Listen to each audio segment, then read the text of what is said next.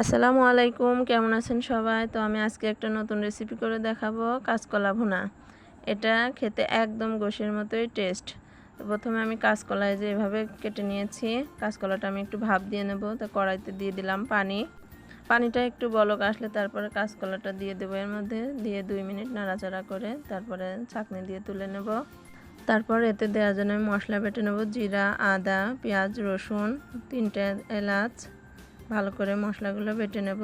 তারপরে কড়াইতে দিয়ে দেবো তেল, 2টো তেজপাতা, দারচিনি, তারপরে বাটা মশলাটা দিয়ে দেব।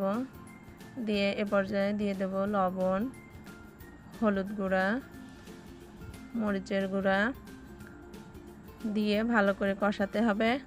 এরপরে দিয়ে দেব কেটে রাখা কাঁচামরিচ দিয়ে তারপর অল্প একটু পানি দিয়ে মশলাটা কষাতে হবে। তারপরে দিয়ে মশলা কষানো হয়ে গেলে কাঁচকলাটা দিয়ে দেব। কাঁচকলা ভালো করে কষিয়ে অল্প একটু পানি দিয়ে আরেকবার কষাতে হবে। এই যে দেখতে পাচ্ছেন কালারটা কিন্তু একদম গোশের মতোই এসেছে।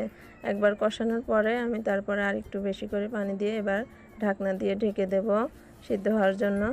এই যে দেখতে পাচ্ছেন আমার তরকারিটা একদম রেডি, দেখতে একদম গোশের মতো হয়েছে। তারপর এটা আমি নামিয়ে নেব। এই যে দেখতে পাচ্ছেন তরকারিটা একদম রেডি। আল্লাহ হাফেজ।